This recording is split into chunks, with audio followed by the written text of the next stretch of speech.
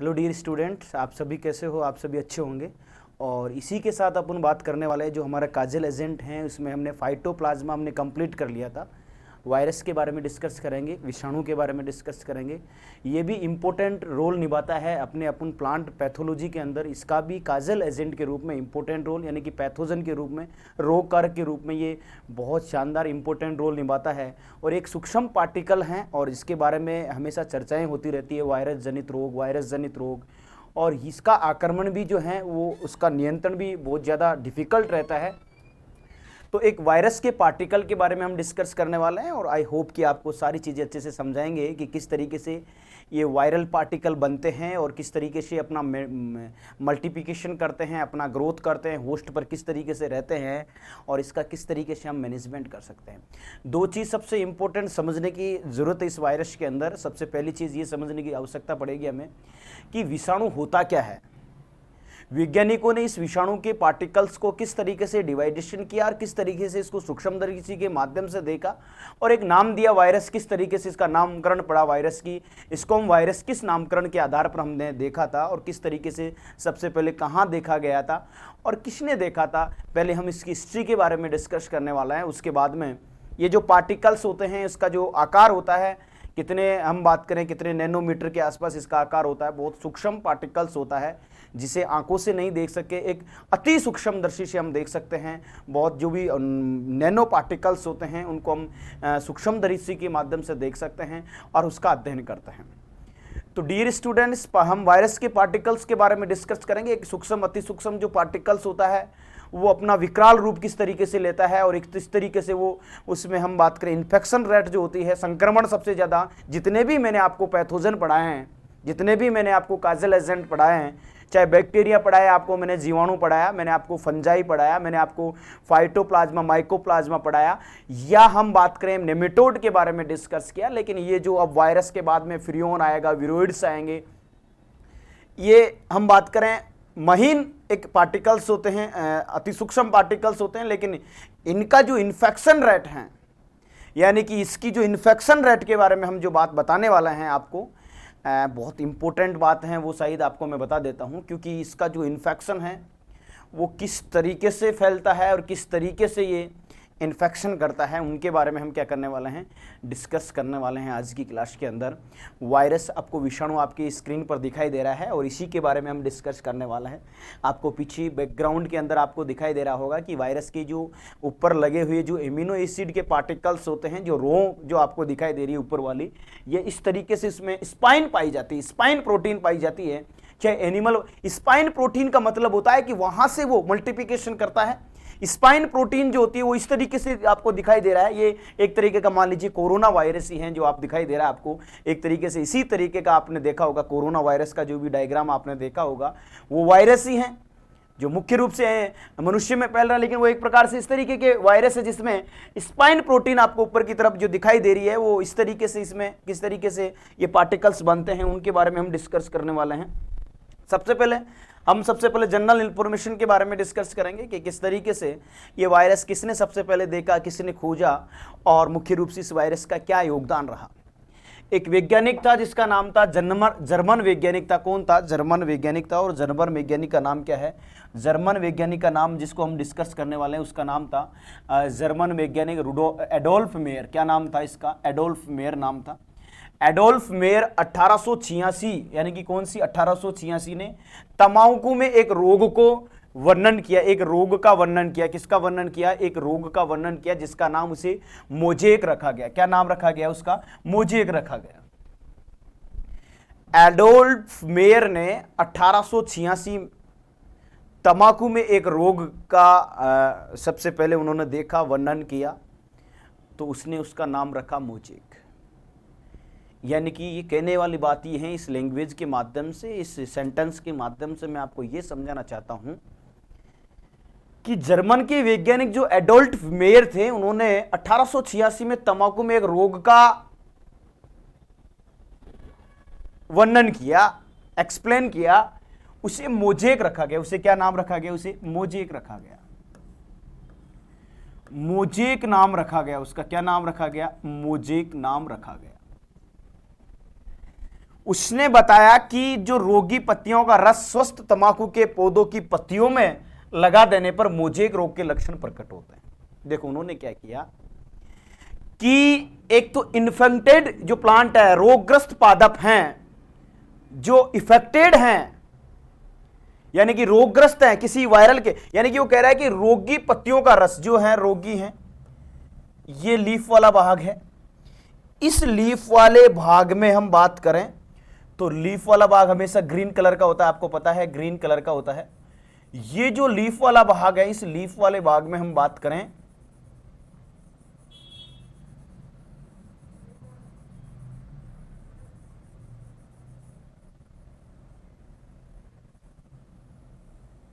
ये जो लीफ वाला भाग होता है, इस लीफ वाले भाग के अंदर यहां पे हम देखें तो इसके जो पार्टिकल्स हैं, यानी कि रोगी यहां पर बिल्कुल ये जो वायरस से ग्रसित हैं, किससे ग्रसित हैं? वायरस से ग्रसित हैं।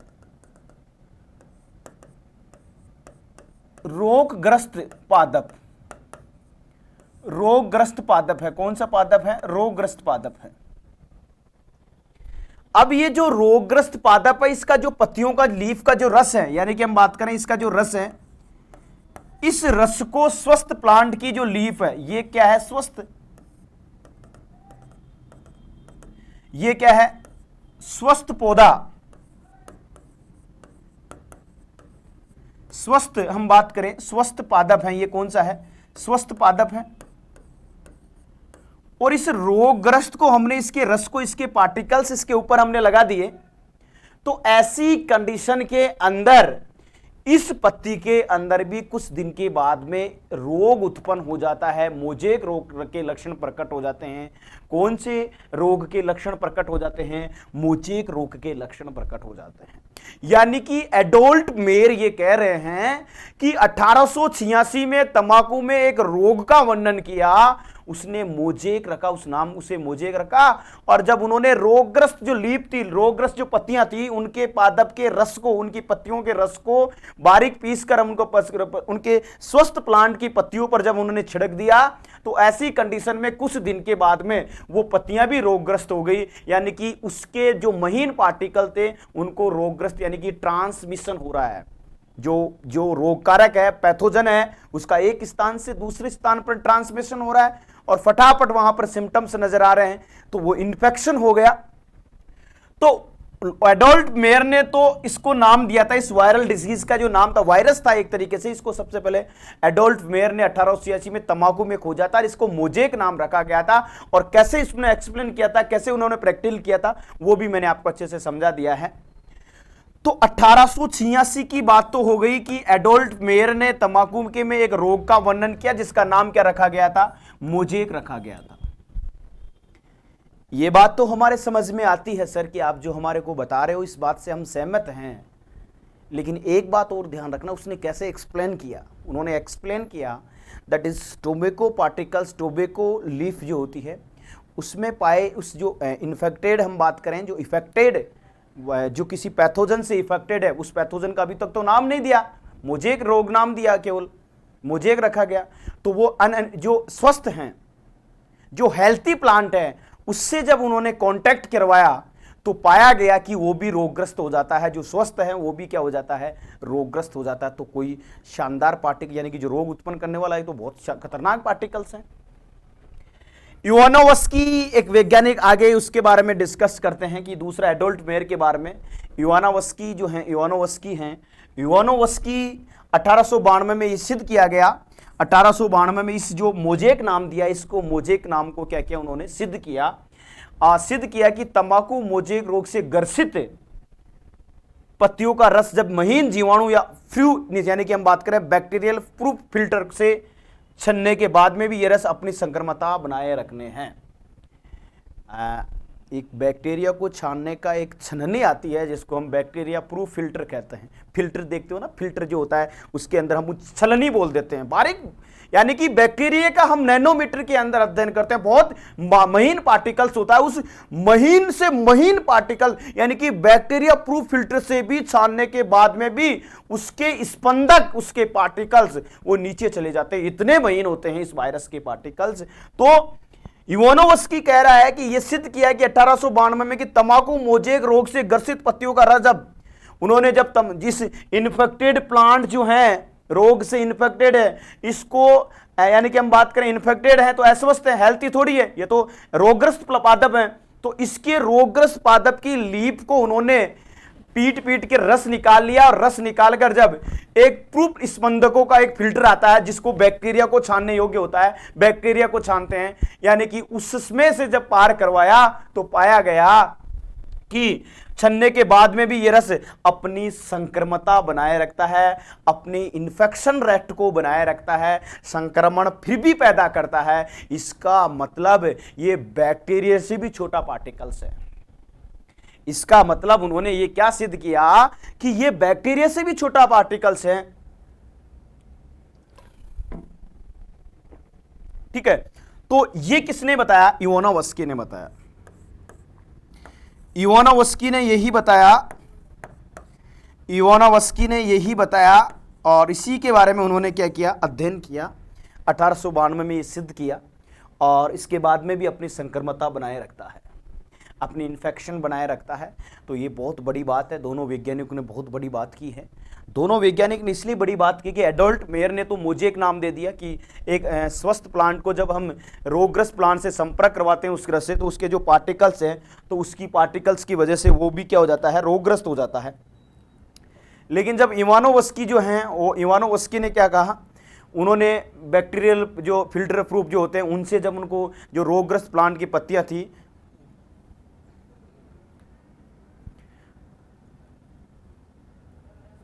तो उनसे उन्होंने क्या किया? देखा तो उन्होंने देखा कि फिर भी जीवाणु प्रूफ निस्पंदकों से बैक्टीरियल प्रूफ फिल्टर से छन्ने के बाद में भी ये अपनी, देखो इस तरीके से उन्होंने क्या किया? ये लिया बैक्टीरियल प्रूफ लिया और उसके बाद में नीचे स्वस्थ प्लांट की पत्तियां थी, उसके ऊपर से उन्होंने छाना तो स्वस्थ प्लांट की पत्तियों में जाकर वो फिर भी संक्रमण उत्पन्न करते हैं, यानी कि संक्रमता बनाए रखते हैं। क्या रखते हैं? संक्रमता, इन्फेक्शन रेट को बनाए रखते हैं। तो ये इवानोव्स्की ने बताया। उसके बाद में बेंजरिक आया, दूसरा वैज्ञानिक कौन आया? बेंजरिक आया। और बेंजरिक क्या कहता है? बेंजरिक ये कहता है, देखो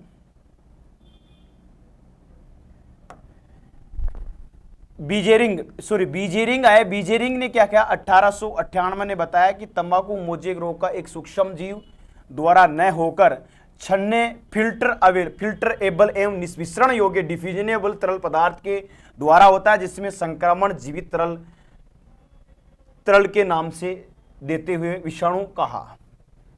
देखो विषाणु शब्द आ ही गया। बीजेरिंग ने 1898 में, कब? 1898 में यह बताया कि तंबाकू का जो मोजेक रोग है, तंबाकू में जो मोजेक रोग हो रहा है एक सूक्ष्म जीव के द्वारा न होकर, एक सूक्ष्म जीव के द्वारा न होकर, देखो उन्होंने सूक्ष्म जीव नहीं बताया इसको कि ये कोई सूक्ष्म जीव नहीं है, ये छनने या विसरण योग्य, जिसको डिफ्यूजन बोलते हैं, तरल पदार्थ के द्वारा होता है। बहुत इंपॉर्टेंट है। फिल्ट्रेबल या विसरण योग्य डिफ्यूजन लेवल जो तरल पदार्थ होते हैं उसके द्वारा होता है, जिसको संक्रामक जीवित रहता है, जीवित तरल नाम देते हुए उस जो संक्रमण है, संक्रामक है, उसको जीवित तरल नाम देते हुए विषाणु नाम दिया। क्या नाम दे दिया? यानी कि सबसे पहले विषाणु नाम देने वाले वैज्ञानिक कौन थे? 1898 बीजेरिंग ने सबसे पहले क्या नाम दिया था? विषाणु नाम दिया था। क्या नाम दिया था उसको? विषाणु नाम दिया था। उसके बाद में आगे हम बात करें तो उन्हें पादप विषाणु विज्ञान का जनक कहते हैं, फादर ऑफ प्लांट वायरोलॉजी। इसीलिए तो उन्होंने कहा था कि जो ये सूक्ष्म जीव न होकर ये फिल्ट्रेबल, डिफ्यूजनेबल, विसरण योग्य तरल पदार्थ नाम देते हुए उसका नामकरण किया विषाणु वायरस।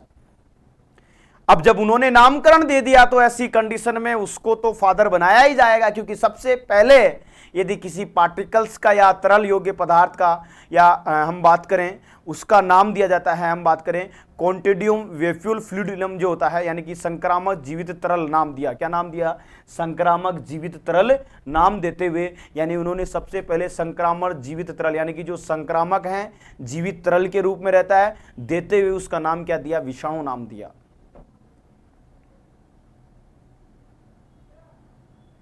तो कॉन्टाजियम के रूप में इसको हम बात करते हैं, संक्रामक के रूप में बात करते हैं, और ये नाम दिया इसलिए। फादर ऑफ प्लांट वायरोलॉजी किसे कहते हैं? फादर ऑफ प्लांट वायरोलॉजी किसे कहते हैं? फादर ऑफ प्लांट वायरोलॉजी किसे कहते हैं? बीजेरिंग को कहते हैं। किसको कहते हैं? बीजेरिंग को। सन 1935 में स्टनले, कौन था? स्टनले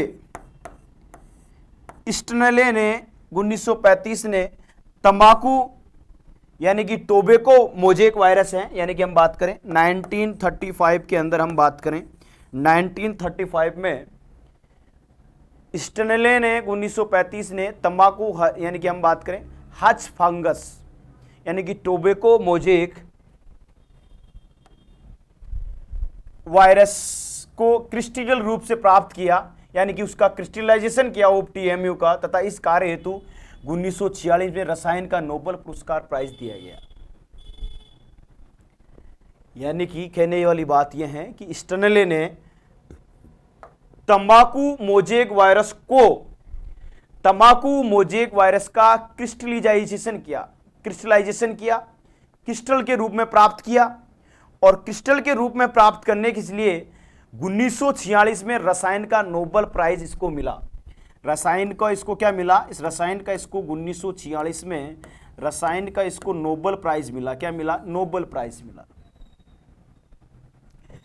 तो ये सारी चीजें मैंने आपको बता दी हैं कि क्रिस्टल के रूप में प्राप्त किया, क्रिस्टलाइजेशन ऑफ टोबैको, इस कार्य हेतु रसायन को इसको नोबेल पुरस्कार दिया गया। रसायन को इसको क्या दिया गया था? नोबेल प्राइज दिया गया था। तो हमने हिस्ट्री के बारे में, वायरस की हिस्ट्री के बारे में क्या क्या डिस्कस किया, एक बार मैं वापस आपको बताना चाहता हूं कि एक बार हमने जर्मन वैज्ञानिक एडोल्फ मेयर ने तंबाकू में एक रोग का वर्णन किया जिसका नाम उसे मोजेक रखा गया। उसने बताया कि रोगी की पत्तियों का रस, देखो पहले तो एडोल्फ मेयर आया जिसने मोजेक रोग की खोज की सबसे पहले तंबाकू के अंदर, और उन्होंने प्रैक्टिकल किया कि इन्फेक्टेड लीफ होती है, वो हेल्थी लीफ के जब संपर्क में आता था तो वो भी संक्रामक रोग हो जाता है, उत्पन्न हो जाता है। उसके बाद में इवानोव्स्की आया, उन्होंने सिद्ध किया कि तंबाकू मोजेक रोग से ग्रसित पत्तियों का रस सबसे महीन जीवाणु, यानी कि हम बात करें बैक्टीरियल प्रूफ फिल्टर से छानने के बाद में भी ये अपनी संक्रमणता को बनाए रखता है, अपने इन्फेक्शन को बनाए रखता है, यानी कि हम बात करें तो ऐसी कंडीशन में भी हम बात करें तो इसे क्या कहते हैं? आगे हम बात करते हैं बीजेरिंग। 1898 में बताया कि तंबाकू मोजेक रोग एक सूक्ष्म जीव द्वारा न होकर छन्ने योग्य या विसरण योग्य तरल पदार्थ के द्वारा होता है। किसके द्वारा होता है? तरल पदार्थ के द्वारा, न होकर छन्ने और विसरण योग्य तरल पदार्थ के द्वारा होता है, जिसे संक्रामक जीवित तरल कहते हैं। जिसे क्या कहते हैं? संक्रामक जीवित तरल पदार्थ कहते हैं। संक्रामक जीवित तरल पदार्थ के नाम से देते हुए उसे विषाणु कहा। उसे क्या कहा? विषाणु कहा। उनके बाद में पादप विषाणु विज्ञान का जनक, फादर ऑफ प्लांट वायरोलॉजी कहा जाता है। सन 1935 के स्टनले ने तंबाकू मोजेक वायरस, किसके बारे में बात की? तंबाकू मोजेक वायरस के बारे में, और इस तरीके से उन्हें क्रिस्टल रूप से प्राप्त किया तो उसे नोबेल प्राइज दिया गया। 1946 में रसायन का क्या दिया गया? उसको नोबेल प्राइज दिया गया। अब हम बात करते हैं इस वायरस के परिभाषा के बारे में। किसके बारे में बात करने वाले हैं? परिभाषा के बारे में। अब देखो, सबसे इंपॉर्टेंट तो वायरस का आपको इमेज दिखाई दे रही है, डायग्राम दिखाई दे रहा है, उसमें हम इसको पहले समझने की कोशिश करेंगे कि वायरस की परिभाषा क्या होती है, वायरस कहते किसे हैं, उसके बाद में हम डिस्कस करने वाले हैं आगे। देखो, विषाणु अति सूक्ष्मदर्शी कण होते हैं जो प्रोटीन के द्वारा घिरे हुए एक अकेली जाति के न्यूक्लिक अम्ल, एक अकेली जाति की हम बात करें, एक अकेली जाति के न्यूक्लिक अम्ल के बारे में हम बात करें तो अति सूक्ष्मदर्शी ये कण होते हैं जो प्रोटीन के द्वारा घिरे हुए एक अकेली जाति के न्यूक्लिक अम्ल, या तो आरएनए या डीएनए, हम बात क्या कर रहे हैं, हम बात कर रहे हैं दो चीज़ों की, और दो चीज़ों की बात ही क्या है, इंपॉर्टेंट है, और ये चीज़ ही बार बार आपको एग्जामों में पूछी जाती है कि जो वायरस हैं उस वायरस के बारे में दो हमें हमेशा ये दिक्कत होती है कि वायरस में आरएनए पाया जाता है या डीएनए पाया जाता है या दोनों पाया जाता है, और एग्जाम में ये सारी चीजें हम गलत करके आते हैं। क्यों गलत करके आते हैं इसका भी मैं आपको एक्सप्लेन करके बताने की कोशिश करूंगा। विषाणु अति सूक्ष्मदर्शीय कण होते हैं जो प्रोटीन के द्वारा गिरे हुए एक अकेली जाति के, कौन सी जाति के, एक अकेली जाति के, याद रखना कौन सी जाति के, अकेली जाति के न्यूक्लिक अम्ल, या तो आरएनए या उसमें क्या होगा डीएनए, दोनों एक साथ कभी भी नहीं पाए जाते हैं। ये बात मैं आपको बार बार इसलिए कह रहा हूं क्योंकि इंपॉर्टेंट है, ध्यान रखना। अति सूक्ष्मदर्शीय कण होते हैं। अति सूक्ष्मदर्शीय कण का मतलब होता है इतने सूक्ष्मदर्शी पार्टिकल्स होते हैं, आप उसको प्रोटीन के द्वारा गिरे हुए होते हैं, और प्रोटीन के द्वारा गिरे हुए होते हैं। ये देखो प्रोटीन के आवरण से गिरे हुए हैं, प्रोटीन का जो आवरण आपको दिखाई दे रहा है उस आवरण से ये गिरे हुए हैं, उसे कहते हैं कैप्सिड। प्रोटीन के आवरण से गिरे हुए आवरण को हम कैप्सिड कहते हैं। और एक चीज और ध्यान रखना, न्यूक्लिक अम्ल जो है, अब न्यूक्लिक अम्ल क्या होता है सर, देखो न्यूक्लिक अम्ल दो प्रकार के होते हैं, आपने डीएनए और आरएनए, डिऑक्सीराइबोज शर्करा और राइबोज शर्करा। डीएनए डिऑक्सीराइबोज शर्करा, न्यूक्लिक एसिड, डिऑक्सी न्यूक्लिक, अपन बात करते हैं ऐसे, डिऑक्सीराइबोज शर्करा। एक होता है आरएनए राइबोज न्यूक्लिक एसिड या राइबोज शर्करा। तो दोनों के जो न्यूक्लिक अम्ल है वो वायरस में दोनों एक साथ कभी भी प्रेजेंट नहीं होंगे। यदि आरएनए होगा तो उस स्थिति में उसमें डीएनए नहीं होगा, यदि उसमें डीएनए है तो उस स्थिति में आरएनए नहीं होता है। और दूसरी बात मैं आपसे बता देता हूं, प्लांट वायरस जो होता है उसमें न्यूक्लिक अम्ल पाया जाता है, आरएनए और डीएनए दोनों, आरएनए कोमा डीएनए। तीसरा ऑप्शन आरएनए या डीएनए, आरएनए या डीएनए, और चौथा ऑप्शन आरएनए अथवा डीएनए। ऐसे चार ऑप्शन जब हमारे पास आते हैं तो ऐसी कंडीशन में या तो आरएनए होगा या डीएनए होगा, दोनों कभी एक साथ नहीं पाए जाते हैं। तो बेहतरीन बात यह है कि आपको यह चीज ध्यान रखनी है, जो आपके ब्रैकेट के अंदर पैक हुई है उसमें ये या तो आरएनए या डीएनए दोनों साथ कभी नहीं पाए जाते हैं। ये कण केवल जीवित परपोषी कोशिकाओं के ऊपर, ये जो पार्टिकल्स हैं वायरस के, जिसको हम कह सकते हैं संक्रामक विलियन जाति के पार्टिकल्स, जो संक्रामित पार्टिकल्स होते हैं, संक्रमण पार्टिकल्स होते हैं, कॉन्टोजेनियस होते हैं।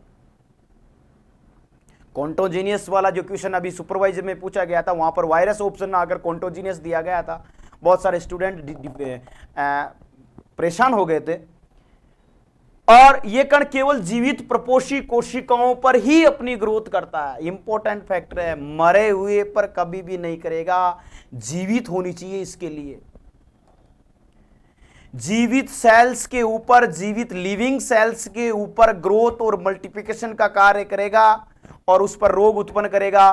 डेड सेल्स या कोई भी डेड टिश्यू है, डेड ऑर्गन है कोई सा भी, उस पर कभी भी अपना मल्टीप्लिकेशन और ग्रोथ की क्रिया नहीं करेगा। यह सिद्धांत है इस वायरस का, ध्यान रखना। ये एक इसका प्रिंसिपल ही मान लीजिए आप, ध्यान रखना। यह चीज बार बार आपके एग्जाम में पूछी जाती है के अंदर कोशिका की मशीनरी का उपयोग कर गुणन रेप्लिकेशन करते हैं।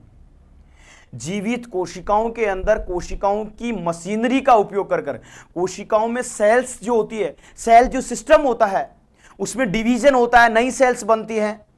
जो सेल सिस्टम होता है, सेल बनने की कोशिकाएं, नई नई कोशिकाएं बनती है, वो एक तरीके की मशीनरी है।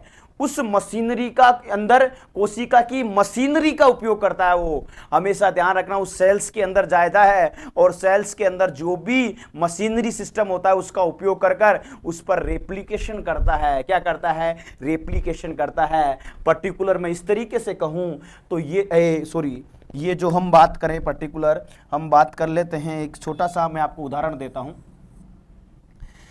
मान लीजिए ये कोई कोशिका है, ये कोशिका है और ये कोशिका क्या होगी? इसी पैतृक कोशिका मान लीजिए या न्यू सेल्स मान लीजिए, इसी कोशिका के अंदर एक बार डिवीजन होना है। जब डिवीजन होना है तो इसी कोशिका के ऊपर जब ये नई कोशिकाएं बना रहा है तो एक प्रकार से मशीन का काम करती रहती है कोशिका। मरी हुई कोशिका से फिर नई कोशिकाएं बनाना, बहुत सारी कोशिकाएं मिलती है, टिश्यू बनाती है और बहुत सारे टिश्यू मिलकर ऑर्गन बनाते हैं। एक तरीके का सिस्टम है। इस मशीनरी सिस्टम का यूज करके इस पर मल्टीप्लिकेशन करता है और गुणन करता है। इसकी मशीनरी का ही उपयोग कर कर वहां पर रेप्लिकेशन करता है। एक वायरस के पार्टिकल से हजारों वायरस के पार्टिकल्स बन जाते हैं, क्योंकि या तो उसमें डीएनए होगा या आरएनए। तो डीएनए और आरएनए में जब रेप्लिकेशन होगा, एमिनो एसिड बनेंगे तो गुणन की प्रतिक्रियाएं होती है, रेप्लिकेशन होता है। आपने देखा होगा कोशिका विभाजन के दौरान एस प्रावस्था में डीएनए का रेप्लिकेशन या द्विगुणन होता है, डुप्लीकेशन होता है। तो उसी मशीनरी का उपयोग करके ये रेप्लिकेशन करता रहता है, ग्रोथ करता रहता है, गुणन करता रहता है कोशिकाओं के अंदर। और इस तरीके से मैंने आपको ये चीजें बताई तो आपको अच्छे से समझ में आ गया होगा। कैरेक्टरिस्टिक्स ऑफ वायरस के बारे में हम बात करने वाले हैं। ये तो इतनी तो मैंने आपको अच्छे से एक्सप्लेन कर दिया। एक बार मैंने आपको बता दिया, अच्छे से बता दिया, या तो आरएनए होगा या डीएनए होगा। और इस तरीके से इसको अंदर वाले भाग को कैप्सोमियर कहते हैं। अंदर वाले भाग को क्या कहते हैं? कैप्सोमियर कहते हैं। अंदर वाले भाग को क्या कहते हैं? कैप्सोमियर कहते हैं। यह भी आपको पता होना चाहिए। ठीक है, आगे हम बात करें कैरेक्टरिस्टिक्स ऑफ वायरस के बारे में बात करने वाला है। परिपक्व विषाणु कण को विरियन कहते हैं। यह भी बहुत इंपॉर्टेंट बात है जो बार बार आपको एग्जाम में पूछा जाता है कि मैच्योर विषाणु के जो पार्टिकल्स होते हैं, मैच्योर, जब वो मैच्योर नहीं होंगे तब तक उसको हम वायरस बोलते हैं। जो वो धीरे धीरे मैच्योर हो जाते हैं तो मैच्योर जो पार्टिकल्स हो जाते हैं उसे विषाणु कण कहते हैं। और विषाणु कण जो होता है, मैच्योर विषाणु का जो कण होता है उसे विरियन कहते हैं। यही आपके बार बार एग्जामों में पूछा जाता है। विषाणुओं में आनुवंशिक पदार्थ या तो डीएनए या आरएनए होता है जो प्रोटीन के आवरण से ढका होता है, उसे कैप्सिड कहते हैं। मैंने अभी तो बताया, ये कैरेक्टरिस्टिक्स है वायरस के। मैच्योर पार्टिकल्स कण होता है उसे विरियन कहते हैं। मैच्योर पार्टिकल्स होता है उसे विरियन कहते हैं। और विषाणुओं में आनुवंशिक पदार्थ या तो डीएनए होता है या आरएनए होता है जो प्रोटीन के आवरण से ढका रहता है। किस आवरण से ढका रहता है? प्रोटीन के आवरण से।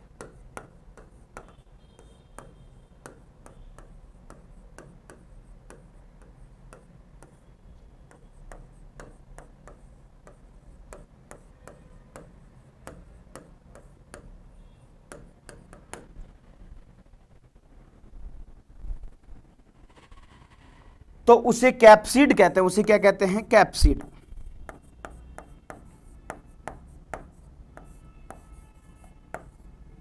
उसे क्या कहते हैं? कैप्सिड कहते हैं। आगे हम बात करें, ये अत्यधिक संक्रामक एवं ताप के प्रति संवेदनशील होते हैं। अत्यधिक क्या होते हैं? अत्यधिक संक्रामक होते हैं एवं ताप के प्रति संवेदनशील होते हैं। अधिकतर पादप विषाणुओं में आनुवंशिक पदार्थ आरएनए होता है। अधिकतर, सबसे ज्यादा प्लांट के अंदर जो वायरस जो होता है उसमें ज्यादातर आनुवंशिक पदार्थ के रूप में आरएनए पाया जाता है।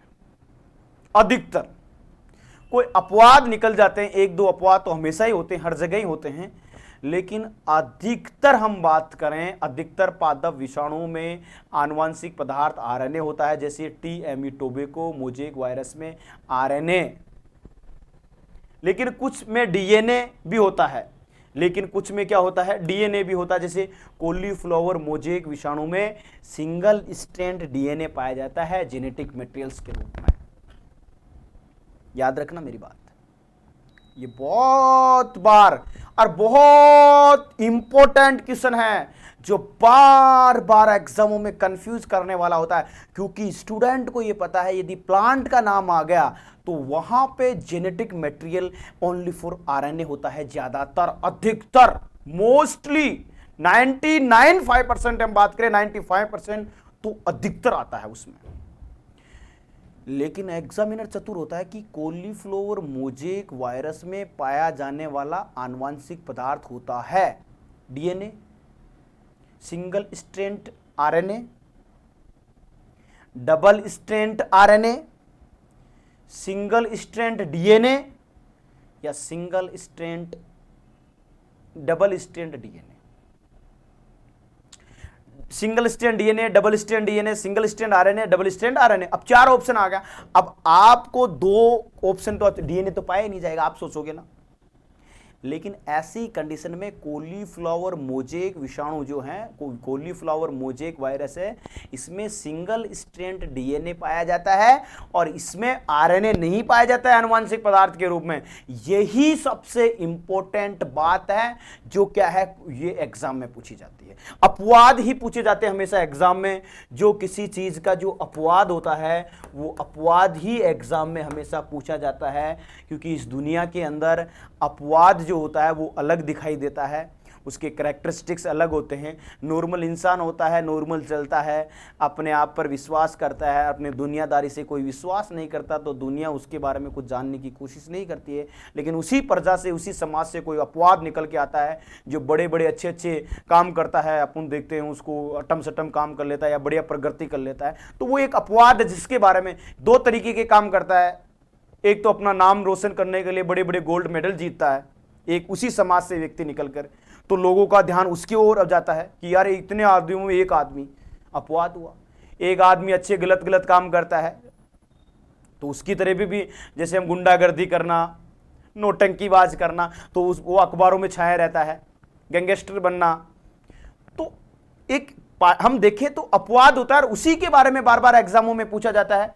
आप देखते रहते हो तो वो चीज आपको इंपॉर्टेंट है। इस तरीके से हम बात करें, विषाणुओं का न्यूक्लिक अम्ल संक्रमणकारी इनइफेक्टिव पार्ट होता है, जबकि प्रोटीन सुरक्षा कवच प्रोटेक्टिव कोट कहलाता है।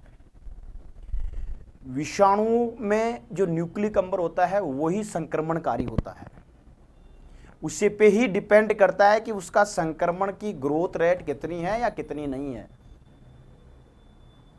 जबकि प्रोटीन तो केवल उसकी सुरक्षा कवच के रूप में, प्रोटेक्टिव कोट के रूप में कार्य करता है। देखो यहां पे ये दिखा, न्यूक्लिक अम्ल संक्रमणकारी पार्ट होता है, यानी कि इनइफेक्टिव, यानी अब बात करें संक्रमण, न्यूक्लिक अम्ल जो होता है या तो डीएनए या आरएनए होता है, दोनों कभी एक साथ नहीं पाए जाएंगे। तो अधिकतर प्लांट्स के अंदर आरएनए ही पाया जाता है, लेकिन कॉलीफ्लावर मोजेक वायरस अपवाद मैंने बताया आपको, जबकि इसमें जो प्रोटीन की सुरक्षा कवर पाया जाता है जिसको कैप्सिड कहते हैं, प्रोटीन का जो आवरण होता है उसे कैप्सिड कहते हैं। ये प्रोटीन का आवरण उसकी आरएनए की, उस वायरस की सुरक्षा करने का काम करता है, प्रोटेक्टिव कोट कहलाता है। ये याद रखना, प्रोटीन सुरक्षा कवच के रूप में कार्य करता है। उसके बाद में विषाणु अकोशिकीय नॉन सेलुलर होते हैं, जो कि न्यूक्लियोप्रोटीन के बने अति सूक्ष्म कण होते हैं। विषाणु अकोशीय होते हैं, नॉन सेलुलर, उसमें कोई भी सेल्स नहीं प्रेजेंट होती है। ये बात भी आपको पता होनी चाहिए कि उसमें कोई भी सेल प्रेजेंट नहीं होती, केवल उसमें जेनेटिक मटेरियल पाया जाता है, नॉन सेलुलर होती है। ये भी इंपॉर्टेंट बात है, आपको पता होना चाहिए, ये भी आपको एग्जाम में पूछा जाता है कि वायरस का पार्टिकल्स नॉन सेलुलर हैं, जो कि न्यूक्लियोप्रोटीन के बने अति सूक्ष्म कण होते हैं। जो मैं आपको बार बार ये एग्री बायोलॉजी पढ़ा रहा हूँ, आपको बता रहा हूँ, ये सारी चीज़ आपको वहीं एग्रीकल्चर में काम आने वाली है। में जो बोटनी आप पढ़ते हो, जो जूलॉजी पढ़ते हो, उसका अस्तित्व जेट के बाद में ख़त्म हो जाएगा, उतना ज़्यादा इसका इंपॉर्टेंट रोल नहीं है।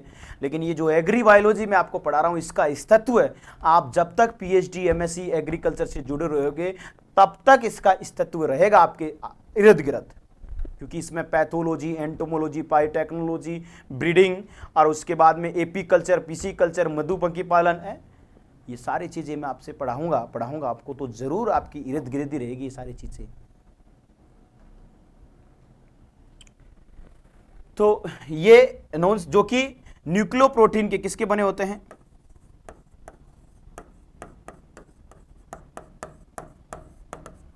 न्यूक्लियोप्रोटीन के बने अति सूक्ष्म कण होते हैं।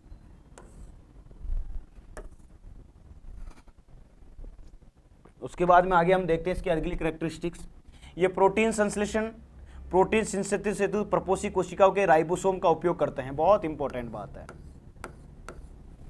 बहुत ज्यादा इंपॉर्टेंट, कि ये प्रोटीन संश्लेषण तो करते हैं, प्रोटीन सिंथेसिस की क्रिया करेंगे, लेकिन ये करेंगे कहां से, क्योंकि इसमें नॉन सेलुलर पार्टिकल्स है, सेल नहीं पाई जाती, तो प्रोटीन संश्लेषण कैसे होगा। लेकिन जो आपने बोला सेल को जो मशीनरी के रूप में काम करते हैं, सेल जो होती है प्रपोषी की, जैसे प्लांट पे ये क्या कर रहा है, अटैक कर रहा है, और इस प्लांट की जो सेल है इसमें ये पार्टिकल्स आएंगे और जो मशीन के रूप में जो सेल काम करती है उसी में अंदर जाके उस मशीन का यूज करके अपना क्या करेंगे, रेप्लिकेशन करेंगे, गुणन करेंगे। जो सेल अपनी जो सेल होती है, जो अपनी मशीन सेल के अंदर जो नई सेल बनने या ग्रोथ होना मल्टी, उसी के अंदर प्रपोषी के रूप में अंदर चले जाते हैं और वहां पर ही ये क्या करते हैं, ग्रोथ करते हैं। तो प्रोटीन सिंथेसिस की क्रिया तब ही होगा जब भी संभव है, जब प्रपोषी कोशिका के संपर्क में है। यानी कि एक चीज तो क्लियर होती है कि लोगों को सही कहते हैं कि आप दूर दूर रहो, कोरोना वायरस नहीं फैलेगा, आप इतनी डिस्टेंस रखोगे, खांसोगे नहीं, इतनी दूरी पर रहोगे, 3 मीटर 4 मीटर 5 मीटर कितने मीटर, यानी कि कहने का मतलब जब तक उसको प्रोपोषी नहीं मिलेगा, होस्ट नहीं मिलेगा, संक्रमण नहीं कर सकता, वो ग्रोथ नहीं कर सकता, अपना रेप्लिकेशन नहीं कर सकता, अपनी समष्टि को नहीं बढ़ा सकता। प्रपोषी होस्ट मिलते ही वो प्रोटीन सिंथेसिस कर कर एमिनो एसिड बनाता है और अपने खुद की सेल का राइबोसोम यूज करता है। यही बात मैं आपको बताने की कोशिश कर रहा हूं। इसीलिए तो ये जितने भी वैज्ञानिक ये कह रहे हैं कि वायरस जो हैं वो नॉन सेलुलर पार्टिकल्स हैं, उसमें कोशिकाएं नहीं पाई जाती हैं, उसमें जेनेटिक मटेरियल पाया जाता है, वही संक्रमण करता है और किसी दूसरी होस्ट प्लांट की सेल्स के साथ जुड़कर उसकी मशीनरी को यूज कर कर, उस सेल की होस्ट प्लांट की जो होस्ट पे जुड़ रहा है उसकी मशीनरी सेल को यूज कर कर वहां के प्रोटीन सिंथेसिस करता है, उसके राइबोसोम का उपयोग करता है। तो अब उसके राइबोसोम का जब वो उपयोग करेगा तो कोई ना कोई लक्षण तो वहां पर दिखाई देगा। एक सेल्स के अंदर दो चीजें, एक ही राइबोसोम है, 2 चीज उसमें यूज हो रही है, 2-3 का मल्टीप्लिकेशन हो रहा है, रेप्लिकेशन हो रहा है, तो प्रॉब्लम तो श्योर है। कोशिकाओं के अंदर प्रॉब्लम आएगी, शरीर में प्रॉब्लम आएगी, अपने सिस्टम में प्रॉब्लम आएगी और कहीं ना कहीं बॉडी इन्फेक्टेड हो जाएगी, इफेक्टेड हो जाएगी। और इतना संक्रमण रेट इतनी ज़बरदस्त है कि एक बार ये रेप्लिकेशन इतना ज़बरदस्त तरीके से करता है कि आदमी 2-3 दिन में, तो आपको पता है वो ज़्यादा, वो आपने देखा होगा कि कोरोना से ग्रसित जो हो जाता है वो किस तरीके से 2-3 दिन के अंदर उसके सिम्टम्स कितने खतरनाक हो जाते हैं। फेफड़े में संक्रमण हो जाता है तो एक दिन में 10%, दूसरी 30 में 40%, 50% ज़्यादा होने पर बचाना बहुत मुश्किल हो जाता है। तो संक्रमण रेट इसका ज़्यादा होता है। दूसरा इसका कैरेक्टरिस्टिक्स पढ़े तो ये अविकल्पी ओब्लिकेट पैरासाइट्स होते हैं तथा जीवित कोशिकाओं के अंदर ही अपना गुणन रेप्लिकेशन करते हैं। ध्यान रखना, एक इंपॉर्टेंट बात है, ओब्लिकेट पैरासाइट है, अविकल्पी परजीवी है।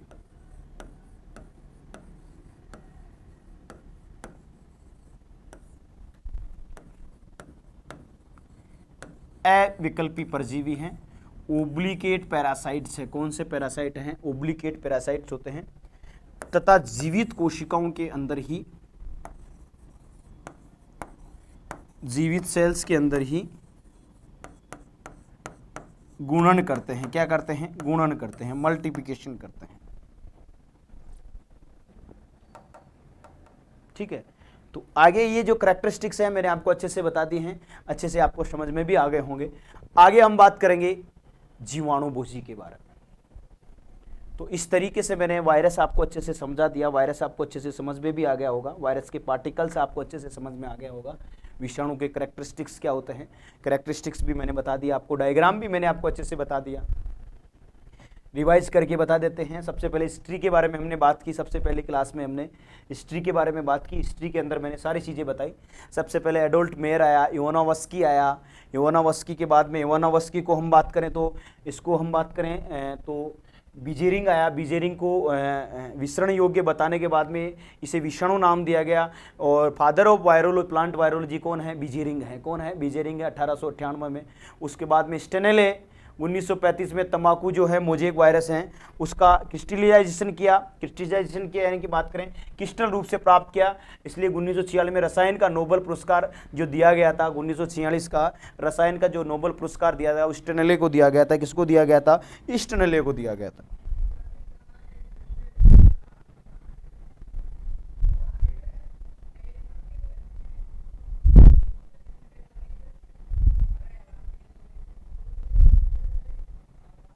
ठीक है, आगे हम बात करने वाले हैं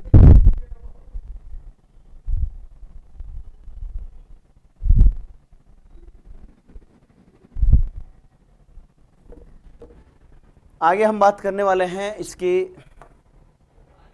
ये मैंने आपको इसके करेक्टरिस्टिक्स बता दिए हैं।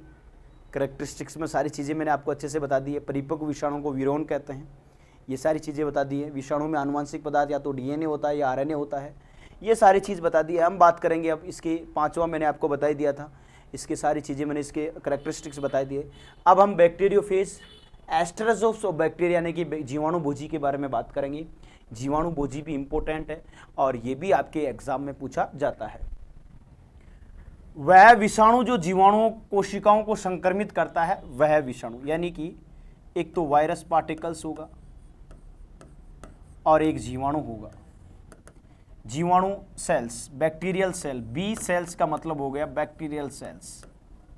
ये वायरस के पार्टिकल्स बैक्टीरिया सेल्स को संक्रमित करते हैं, यानी कि संक्रमित करते हैं, इन्फेक्टेड करते हैं, संक्रमित कर रहे हैं, तो उन्हें जीवाणुभोजी कहते हैं। उन्हें क्या कहते हैं? जीवाणुभोजी कहते हैं। क्या कहते हैं? जीवाणुभोजी। वह विषाणु जो जीवाणु कोशिकाओं को संक्रमित करते हैं, किसको संक्रमित करते हैं? जीवाणु कोशिकाओं को संक्रमित करते हैं, उन्हें जीवाणुभोजी कहते हैं। स्वतंत्र रूप से सर्वप्रथम इनकी खोज ट्वार्ड, किसने की थी? ट्वार्ट ने की थी। किसने की थी? ट्वार्ट ने 1915 में। और डी हेरेल, किसने?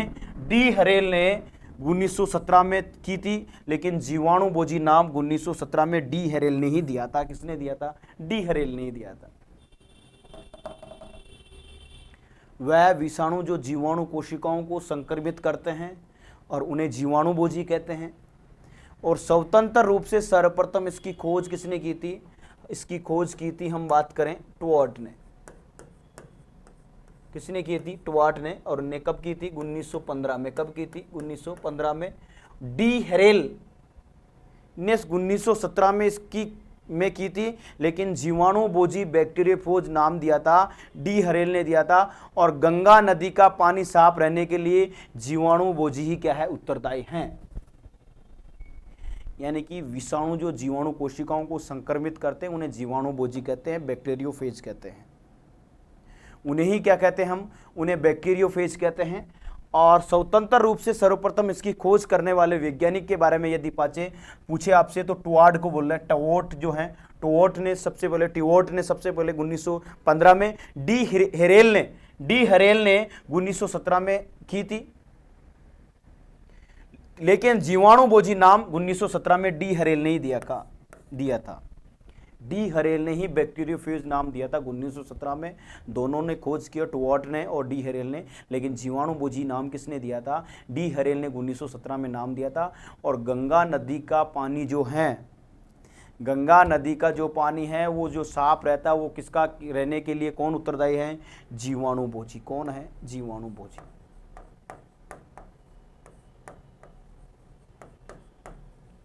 उसके लिए जो उत्तरदायक हैं वो कौन है, जीवाणुभोजी हैं। अब हम आगे बात करें, ये आपको दिखाई दे रहा है जीवाणुभोजी का डायग्राम। इस डायग्राम में कुछ कोर्स आपको दिखाई दे रहे हैं, सेल वॉल आपको दिखाई दे रही है। ये जो आपको सेल वॉल यहां पर दिखाई दे रही है, इसको क्या कहते हैं, कोशिका भित्ति। इसे क्या कहते हैं हम, कोशिका भित्ति। और ये हो गया प्रोटीन कोट। ये वाला इस तरीके की आपको संरचना दिखाई देती है जीवाणुभोज की, और इसे हम क्या कहते हैं, प्रोटीन कोट कहते हैं। इसे क्या कहते हैं हम, प्रोटीन कोट, यानी कि हम बात करें प्रोटीन आवरण। प्रोटीन आवरण, जब हम बात करें किसी भी विषाणु जब जीवाणु सेल्स पर आक्रमण करता है तो उसे जीवाणुफोज कहते हैं। और ये आपको दिखाई दे रहा है इस तरीके की, ये जो पार्टिकल्स होते हैं, कोर्स होते हैं, सेल वॉल्स होती हैं, शीट्स वाला इलाका होता है जहां पर डीएनए होता है, और इस तरीके का प्रोटीन आवरण दिखाई देता है। ये जो कोशिका पर बैक्टीरिया सेल पर जब विषाणु आक्रमण करते हैं तो इस कंडीशन को हम क्या कहते हैं, बैक्टीरियोफेज कहते हैं। उसे क्या कहते हैं, बैक्टीरियोफेज कहते हैं, जिसकी सामान्य संरचना हम नॉर्मल डायग्राम देखें तो इस तरीके की दिखाई देती है। ठीक है, तो ये कोर्स आपको सेल वॉल्स आपको नजर आ रही है, सेल वॉल्स यहां पे दिखाई दे रही है, कोर्स आपको दिखाई दे रहे हैं, शीट्स यहां पर दिखाई दे रही हैं। तो ऐसी कंडीशन में ये आपको बीच के अंदर डीएनए दिखाई दे रहा है। ये क्या दिखाई दे रहा है आपको, डीएनए दिखाई दे रहा है। और ऐसी संरचना को ही हम क्या कहते हैं, जीवाणुभोजी कहते हैं। क्या कहते हैं, जीवाणुभोजी, याद रखना। इसे हम क्या कहते हैं, जीवाणुभोजी कहते हैं। क्या कहते हैं, जीवाणुभोजी कहते हैं। तो ये आपका क्या हो गया, जीवाणुभोजी कंप्लीट हो गया। यानी कि इसके बारे में हम पहले भी देखे, तो एक बार हमने देखा कि बैक्टीरियोफेज क्या होता है, कि विषाणु जब बैक्टीरिया सेल्स को संक्रमित करते हैं, विषाणु के द्वारा जीवाणु कोशिकाओं को संक्रमित करना क्या कहलाता है, जीवाणुभोजी कहलाता है। क्या कहलाता है, जीवाणुभोजी कहलाता है। स्वतंत्र रूप से सर्वप्रथम इसकी खोज स्टुअर्ट ने 1915 और डी हरेल ने 1917 में की, लेकिन इसे जीवाणुभोजी नाम 1917 में डी हरेल ने दिया था। किसने दिया था, डी हरेल ने नाम दिया था। गंगा नदी का पानी साफ रहने के लिए जीवाणुभोजी उत्तरदायी होते हैं। गंगा नदी का पानी जो साफ रहता है उसके लिए उत्तरदायी कौन होता है, जीवाणुभोजी होता है। कौन उत्तरदायी होता है, जीवाणुभोजी होता है। ये भी तो मैंने आपसे बात बोली थी ना।